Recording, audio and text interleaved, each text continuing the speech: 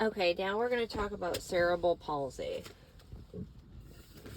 Cerebral palsy is a permanent disorder with movement. So that's causing stiff muscle tone, tremors, and involuntary motion with abnormal posture. They're going to lack physical coordination, typically have abnormal brain development before birth. So a lot of times this is happening in utero. Cerebral means brain, and you can remember palsy as pausing. So basically the brain is pausing. It's a disorder of movement, and it's not progressive. It's not going to get any worse. It is what it is. These people with cerebral palsy could have walking, speaking, swallowing issues or delayed development of them. The most common cause for the diagnosis is prenatal brain abnormalities. You can also have, before our toddler stage, it could be hypoxia, and maybe a high bilirubin may be seen. There's also a high percentage of seizures, disorders that are linked with cerebral palsy. It is stated that about 60% of cerebral palsy patients will have seizures or a disorder of it. Some signs and symptoms could be like poor head control. This would typically be seen over 6 months old. And that would be more of like an infant's head that falls back behind the shoulders. Crawling is usually the first thing that you notice. They crawl everywhere. They're not able to walk. They have rigid muscles, and the moral reflex will be very startled. It'll be longer than it should be. They could have a positive Babinski sign, and then also that tonic neck, where it kind of looks like that fencing pose. Magnesium sulfate can help prevent the risk of cerebral palsy in the fetus. So a lot of times the magnesium sulfate, if they can see that, that'll help. Long-term treatment may include physical therapy, speech therapy, since they'll have a difficulty speaking, medications, which we'll talk about, and then sometimes surgery. These patients might have a low birth weight, so they'll be like on a lower percentile. Also may have anorexia,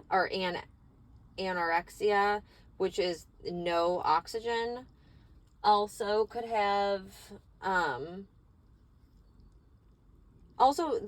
these patients are gonna need support at home. They're gonna need crutches, maybe some help, self-help skills. We're gonna treat these people symptomatically. Probably need some speech therapy, occupational and physical therapy. We're going to be monitoring for seizure precautions. They may need some help with school, so maybe like an EEP. And then their therapeutic management, they're going to need those ankle foot braces that are going to help stabilize them. Also some crutches on their arms to help them walk. Botulism toxic A injections actually help with the drooling. It's kind of like that Botox. It's going to help with the drooling. They really need to have good dental hygiene. And then baclofen, which is muscle relaxant that'll help. This is typically going to be a pump. And it's going to be implanted under the skin. And then also they might need some Dilantin, which is an anti-seizure med.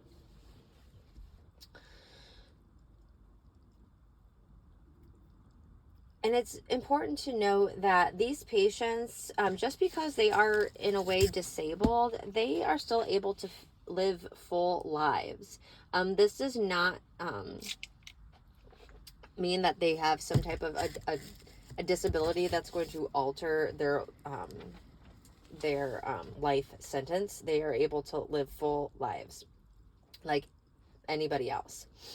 And the most common type of cerebral palsy is spastic, and that is stiff and tight muscles, and and their muscle tone. And then atastic is another type. This is less common, but this is more of like a balance issue. So it's a lot of clumsiness and incoordination. So you can kind of remember that atastic, like they're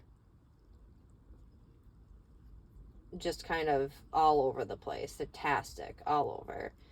And then atheodoid is poor posture, tremors, and drooling. And hypotoxic, it just, everything is low. So hypo, is low. So this is going to be muscles that are floppy and a weak voice. So those patients are definitely going to need some speech therapy. So some other things to know. Let me see here.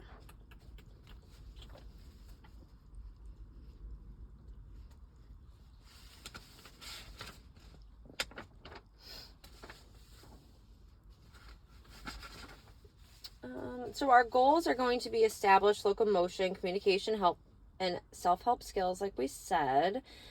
We want to therapeutically manage this. And we also, like I said, the ankle foot braces, also maybe some wheeled scooter boards. Orthopedic surgery that might be to help correct the spastic deformities.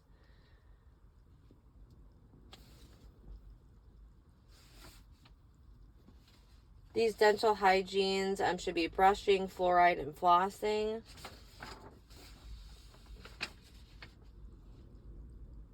And I think that's it. So there's not too much to know about that.